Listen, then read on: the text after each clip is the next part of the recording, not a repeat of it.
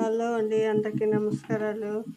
అరటిపళ్ళు మా ఇంట్లో పూజకి తెచ్చామంటే అరటిపళ్ళు అలాగే ఉండిపోతాయి, ఎవరు కూడా తినరు. అందుకోసమని అరటిపళ్ళు జ్యూస్ చేద్దామనేసి తయారు చేస్తున్నాను. చూడండి అలా తయారు చేస్తాను.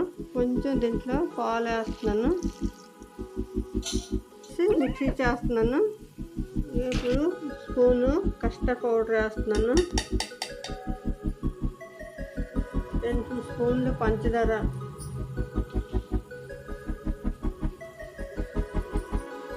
స్పూను బాదం పిక్కలు ఒక 5 ముక్కలు చేశాను వేస్తున్నాను. ఇందులో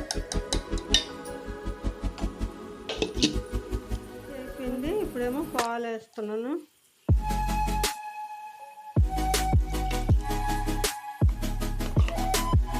అయిపోయింది.